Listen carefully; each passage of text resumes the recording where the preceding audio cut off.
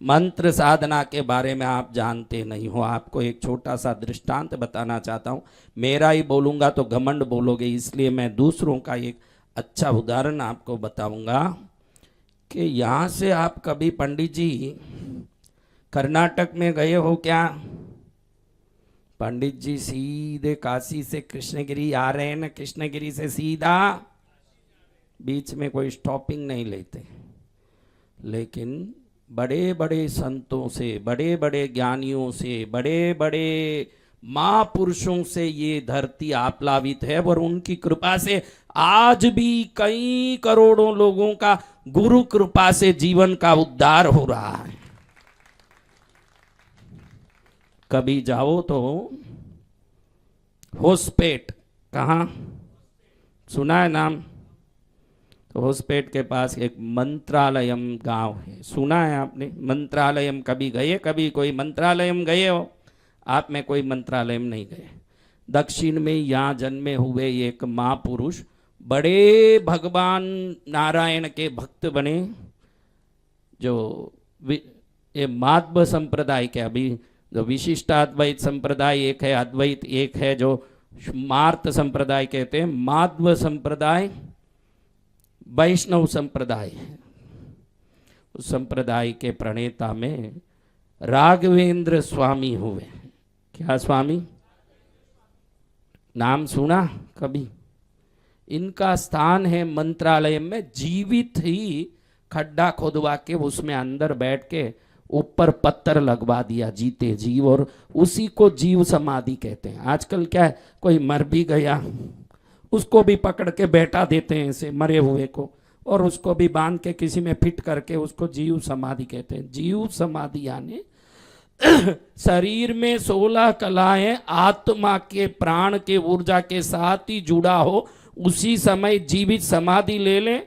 ब्रह्मरंध्र के कपाल से लेके अपने स्थान पर पहुंचते समय इस जगह को भी अपनी पुराण ऊर्जा से भर दें, इसको जीवित समाधि कहते हैं। ऐसी जीवित समाधि देखनी हो तो कहां देखना है?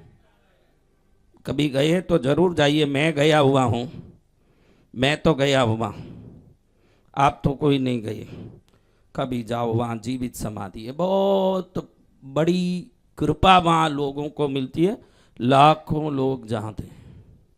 पूज्याय राघवेंद्राय सत्य धर्म रताय च, वो रथ हैं, उस रथ के 2 पहिए हैं, सत्य और धर्म। क्या है पहिए? हाँ, पूज्याय राघवेंद्राय सत्य धर्म रताय च भजताम कल्प वृक्षाय नमताम कामधेनवे, वो उनकी स्तुति है। आप कल्प वृक्ष को मैं भजता हूं, आप कामधेनु को मैं नमन करता हूं। ऐसी शक्ति। तो बड़े शक्तिशाली थे, प्रचंड। कैसे थे? लेकिन जब उन्होंने सन्यास नहीं लिया तभी उनको बहुत कृपा हो गई भगवान की। भगवान की अनन्य भक्ति किए तो भगवान इतने उन पर कृपा करते थे, हर जगह उनकी कृपा। उनकी बातें सुनोगे तो ढीले पड़ जाओगे, ऐसे महापुरुष थे। लेकिन कहीं उन्होंने सुना कि भंडारा हो रहा है, मैं भी जाऊं भंडारे में खा लूं, ऐसे गए। तमिलनाडु के कुंभकोणम में वो भंडारा हो रहा था, और भंडारे में गए तो भंडारे का यजमान ने देख के पहचाना नहीं कि ये एक महापुरुष है। आप ध्यान रखना, जीवन में किसी भी संत को बड़ा या छोटा मत मानना, क्योंकि संत की शक्ति और संत की भक्ति को संत ही जाने, आप नहीं जान सकते। इसलिए संत कहीं दिखे हम नमस्कार कर लें, इसी में हमारा कल्याण है। वो संत को वो पहचान नहीं पाए, तो वो बोले कि क्या है? भंडारे में आए, भंडारा पहले चंदन घिसो। उनको चंदन घिसने में लगवा दिया। भंडारे में जो आए हुए व्यक्ति को चंदन घिसवाया।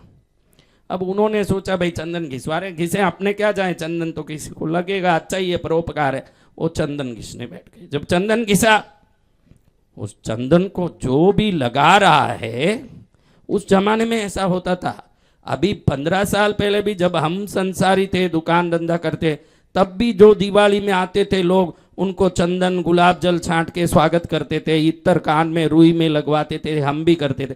अभी नालायकों को कोई उपचार ही समझ नहीं पड़ता कि कोई अतिथि आए तो कैसे। उस जमाने में कोई अतिथि आता तो उसको चंदन देते, वो प्याले से चंदन लेके शरीर पर लगा के फिर खाने जाता भंडारे में। इसलिए चंदन घिसवाया। अब इस चंदन को जो भी लगा रहा है, आग लग रहा है उसके शरीर में, ऐसे जोर जोर से भयंकर आग लग रहा है, घबरा रहा है, भाग रहा है, हाँ आग लग गया, आग लग गया, शरीर में आग लग गया। सबको लगा कि चंदन में क्या आग लग रहा है, चंदन कैसा होना चाहिए, और ये चंदन क्या कर रहा है। तो तब समझ पड़ा कि ये तो दिखने में साधारण संसारी वेश में है कोई महापुरुष। क्या भाई आपके घिसे चंदन में आग लग रहा है? आग?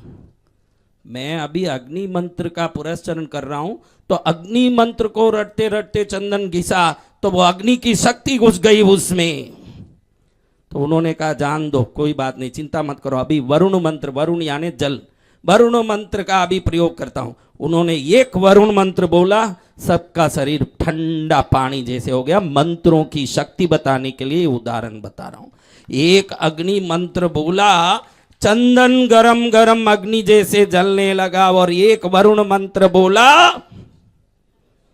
शीतलता प्रकट हो गई। अभी आपको भी मैं एक दिव्य चमत्कार दिखाने वाला हूं, आज नहीं, जल्दी, दिन में उस जमाने में ऐसे होता था। इंद्र, अग्नि, वरुण, वायु, कुबेर आदि इत्यादि देवताओं को बलि के बाकले बनाए जाते थे, नवधान्य से बाकला बनाया जाता है। वो जमाना था जब उस बाकले को ऐसे उछालें तो वो इंद्र, अग्नि, यम, नैऋत्य, वरुण, वायु, कुबेर, ईशान आदि देवता खुद आके उसको ग्रहण करते। आजकल उछालो तो वो वापस ही आके नीचे गिरता है। अब आपको मैं दिखाने वाला हूं कल परसों, जब भी दिन में इन देवताओं को बलि बाकला जब मैं उछालूंगा, वो बाकले जो नवधान्य ऊपर फेंका वापस नीचे आने वाला नहीं है। वो वापस नीचे आने वाला क्यों? उन देवताओं को ग्रहण हो जाएगा। ये मंत्रों की शक्ति क्या है?